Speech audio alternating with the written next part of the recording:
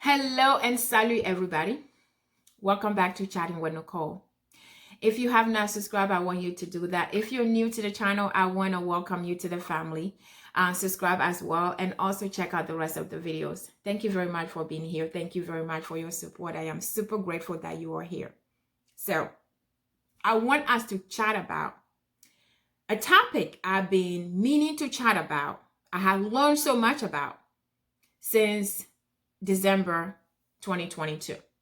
All right.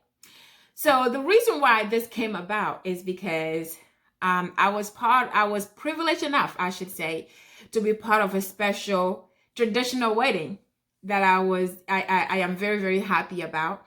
And through this process, I have learned so much about traditional wedding. And I thought I knew, but I have learned so much about what is happening with traditional wedding, this thing that's supposed to be very, very special, that I'm so much looking forward to. I realized that people are making a joke out of it. People are turning traditional wedding, this sacred thing that is so important. Parents are turning this into money-making business. Parents are commercializing traditional wedding. And I feel like it's very, very wrong. So those of you who are like, what are you talking about, Nicole? I want to give you a high-level crash course. And I'm focusing on, again, solely focusing on Africa, right? So first thing first, the man pays the dowry when it comes to getting married.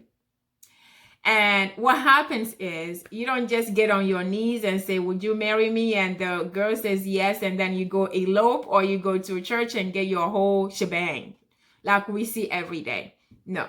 So every area in Africa may have it slightly differently, but the main process is the same, right?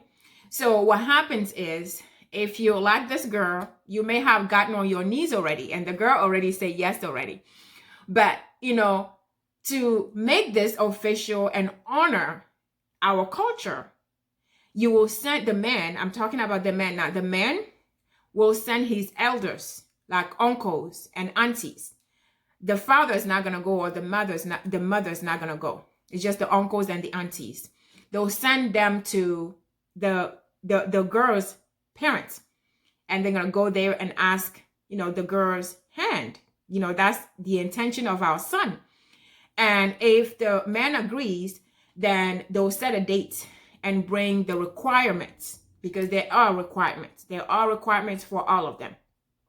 So they may have like cloth, like, this kind of cloth that I'm wearing right now. They may have earrings, jewelry. They may have alcohol, bottles of alcohol. Whatever the list is for that particular family, they'll give you the guy's side will get the list. They'll know what that is, and they'll set a date and bring all that, everything that is required, including money. They normally have an amount. They'll set an amount, and you also going to include that. And they come and they have, this officially, the father, the parents will give away their daughter. And from there, if you're Muslim, then you go to the mosque and do the ceremony and reception or whatever. And if you're Christian, then you go to church and do your wedding and do whatever. And if you're a non-believer, maybe you just do a reception and just have fun after that. Whatever is your tradition or whatever is your belief, after the asking of the hand, the father or the parents officially gives their daughter to you. Then whatever else you do after that, you do. But the most important thing is the asking, the official asking. That I am telling you, this is a process that I have always been, fascinated about, and I have always believed it, because it is in the Bible. It is in the Bible that the father gives away, his daughter. And I believe in that step. I really believe in that step. That's the high level of asking of the hand. And as I was doing my research, I learned that there's one place, I have not seen any other places, But if you guys know there's, other places, let us know.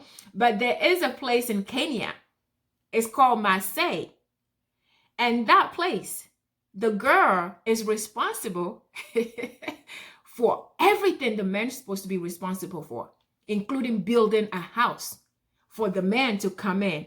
I was like, oh, wee. I am so glad I don't live in Maasai. I am so glad I don't live there, because from them, the girl is the one who does all of that. All the men's work. Women do that. So I was so glad that I am not from there. So I want you guys to research it and look it up if you are interested. But Maasai spells Maasai in Kenya. So that was very, very interesting to me. So back to the reason why I am doing this video. The video was not to give you my crash course of traditional wedding. Tell you how much, I love traditional weddings. It is to address the issue with the traditional wedding. And that issue is parents are making traditional wedding so complicated, so expensive, that their children are living together with men without having to go through the process because they can't afford it. Yes, you heard me right. I've spoken to few people. One of them have been living with he's calling her his wife for 21 years. They have 4 kids. He lives in Europe, and he hasn't been able to have enough money to pay for his wife's dowry. That's just the amount that the parents are asking him to pay. I have somebody who have been living with his wife, well, he's calling him his wife, his girlfriend, for almost 30 years, because he said the dowry, it's impossible, to the point where he doesn't believe in it anymore. He's so mad. He's so disappointed that he doesn't even want to do it. They have kids, they're living together because it is so expensive to go through the asking of the hands and paying for the dowry. I have a young man who told me, so he said, I saw your video about, affordable weddings, small weddings. How about parents who are making it impossible for us to marry their daughters? And he gave me his story. He said, you know that your dowry is based on where you live. Meaning, if you live in Europe, if you live in America, they ask more money. They ask the dowry is based off where you live. So if you live in America, of course, it's going to be way higher than. So we had this conversation. I felt so bad for this young man because he said, I love my wife. I want to, do right by her, but I can't afford to pay the dowry they're asking me to pay. So I am here. I'm talking to you, parents. And please, if you're listening to me, you're in this situation, I want us to have this conversation. It's an important conversation. Why, as parents, making it impossible for our daughters to have this amazing blessing and peace of mind that they need to have?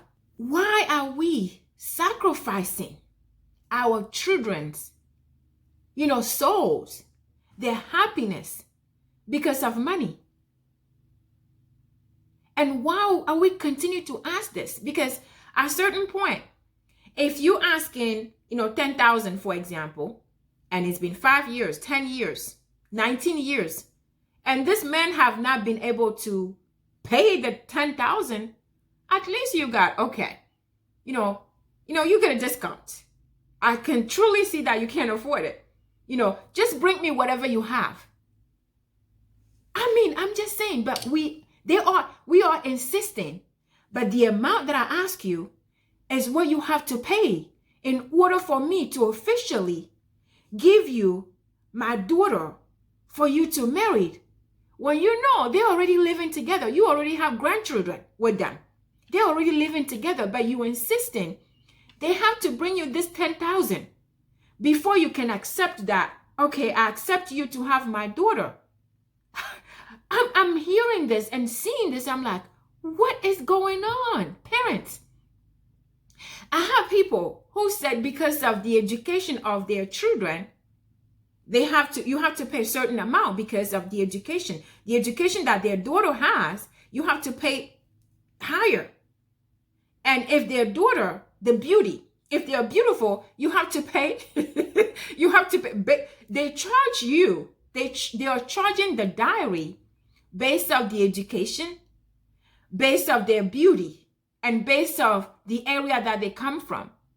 And I'm like, God forgive us.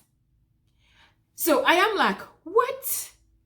So this whole thing, yes, I am annoyed. Yes, I am frustrated about this. I am angry about this. But I just want to plead with you, my African parents. I want to plead with you to please stop making traditional wedding, the asking of your daughter's hands, impossible for men to make.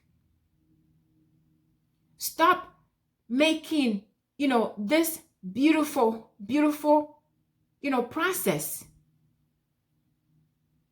a money-making business. Stop commercializing it. Because I promise you, I honestly do. I promise you that it is not the amount of money that you ask to be paid for your daughter's dowry that shows how much you love them. I promise you that. It is not how big of a deal you make it that shows how much you love them. No. Giving her for free. You pouring your own money in the whole process. You telling them, oh, keep that money to start your life together. Telling the man, however much you have, it's fine. Encouraging the man, helping them, being part of it in a positive way. That's what shows how much you love them. So if you really love your daughters, it doesn't matter the education. It doesn't matter how beautiful they are. It doesn't matter what side of the country, of the world you are from. Think about their well-being. Think about their happiness. Think about what you can do, make their life easier so that this tradition can go back being what it's supposed to be. So that's what I wanted to share with you guys today. Let me know of your thoughts. Stay safe and blessed, and I'll see you on the next video.